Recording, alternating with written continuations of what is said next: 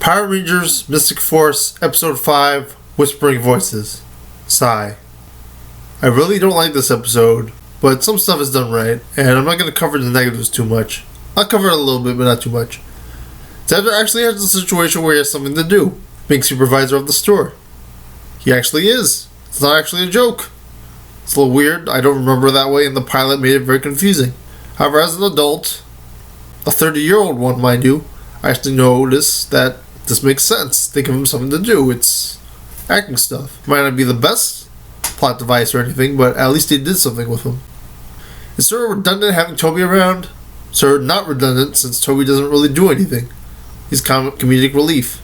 That being said, though, they really could have played up Xander always getting the Scooby gang in the trouble angle. Josh Whedon, eat your heart out. The Leelee plot points are so horrible. I'll cover it briefly in this thing, but the scene is so cringeworthyly bad it makes me remember why everyone hates the Disney seasons.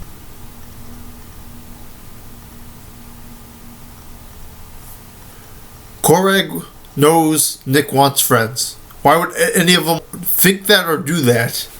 What does that have to do with him being accused of stealing money? Yeah, no one trusts him, but that has been established in the previous episode, so I don't care anyway.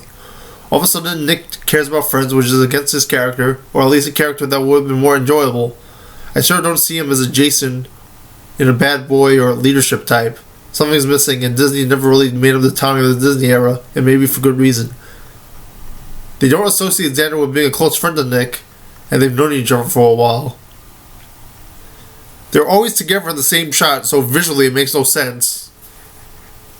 They don't really argue with each other to cause friction, and it's just so Disney friendly that you don't really think that this would be a good plot point, even though it's possible, but it's not subtle and it's not exaggerated, so it's just not really done well. Why would Nick have the money because he's not here? No one would think that way. It's overly suspicious. Not to mention, you can ask Udana or do something. Nick also wanting $1,000 is sort of lame because one, $1,000 is a lot of money, and two, people say that all the time. I wish I could win the lotto or the Powerball and burn down my house, but it doesn't mean I'm going to do it.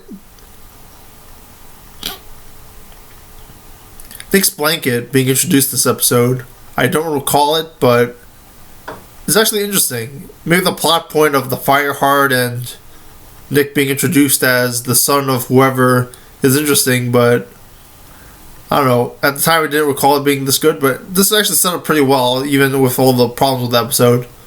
It's very interesting, and I wonder how it's going to lead up later on. People give Bruce Kaler so much flack for being too Sentai-like and not using enough original footage, but sometimes it's really the original footage that hurts the episode. Just like this episode where they could have just copied Magic Ranger and the episode would have been great. Nick versus Korag, the epic duel between two people. Also remember that the Stones are classic rock.